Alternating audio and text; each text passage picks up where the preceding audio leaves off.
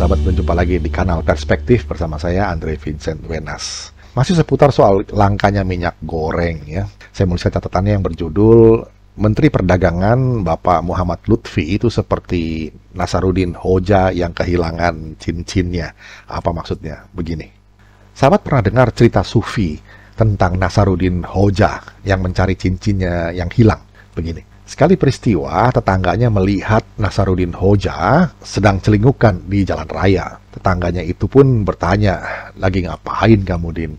"Oh, aku sedang mencari cincinku yang tadi jatuh dan hilang." Tetangganya bilang, "Wah, itu cincin mahal yang biasa kamu pakai ya? Mari aku bantuin."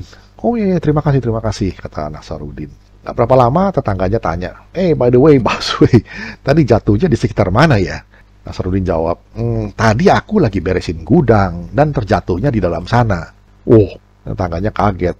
"Lah, kalau jatuhnya di dalam gudang, kenapa dong nyarinya di jalan raya?" Sambil merengut tentunya. Jawab Nasaruddin santai, "Iya, soalnya di dalam gudangku itu gelap, sedangkan di jalan raya ini kan terang, dengan tampangnya yang polos tapi ya menjengkelkan." Sahabat, minyak goreng juga hilang dari pasaran. Penyebab hilangnya apa? Kalau hilangnya di gudang CPO, kenapa mencarinya di jalan raya atau pasar konsumen? Artinya, yang masalah itu pasokan CPO atau crude palm oil atau minyak goreng RBDPO, Refined Bleached Deodorized Palm Oil. Tepatnya, di mana yang lebih dulu hilang? Bukankah industri minyak goreng atau RBDPO itu tidak bisa memproduksi minyak goreng kalau tidak dipasok bahan baku CPO-nya dari pabrik kelapa sawit? Itu dua industri yang berbeda walau sejenis, sama-sama dalam payung sawit. Supaya tidak mengulang-ulang, ya silahkan tinjau kembali. Saya pernah mengunggah video tentang ini sebagai latar belakang di kanal YouTube ini, Perspektif. Ada 2 tayangannya, ada linknya di atas ini. Singkat cerita, pasokan CPO itu cukup atau berlebih kalau hanya untuk kebutuhan dalam negeri. Ini kita bicara soal kuantitas dari produksi CPO. Gambaran besarnya secara singkat begini. Produksi CPO nasional sekitar 47,47 juta kiloliter, untuk kebutuhan domestik sekitar 16,5 juta kiloliter. Jadi masih tersisa sekitar 31 juta kiloliter ini yang bisa atau boleh diekspor. Kebutuhan CPO nasional domestik sekitar 16,5 juta kiloliter, itu pembagiannya begini. Untuk proyek biodiesel dialokasikan 9,2 juta kiloliter. Untuk konsumsi jadi minyak goreng sekitar 3,2 juta kiloliter maksudnya. Jadi masih ada lebih sekitar 4,8 juta kiloliter untuk keperluan domestik lainnya selain minyak goreng dan biodiesel. Jadi berlebihan ya. Secara hitungan di atas kertas mestinya melimpah ruah pasokan CPO untuk keperluan domestik yang untuk proyek biodiesel dan yang untuk proyek minyak goreng maupun yang lain-lainnya.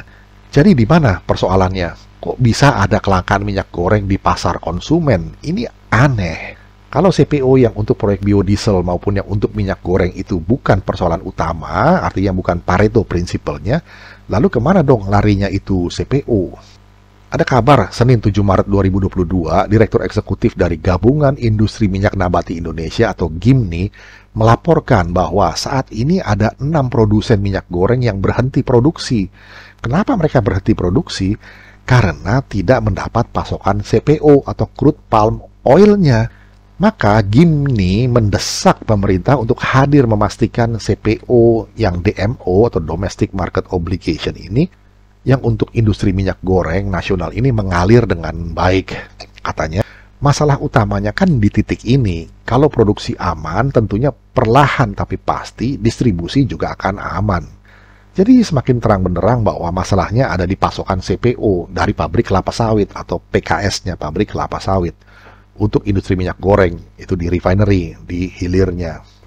Sementara itu tak lama sebelumnya, pada 18 Februari 2022, di laman resmi Kementerian Perdagangan terbaca berita bahwa Menteri Perdagangan M. Lutfi kembali sidak ke pasar dan distributor.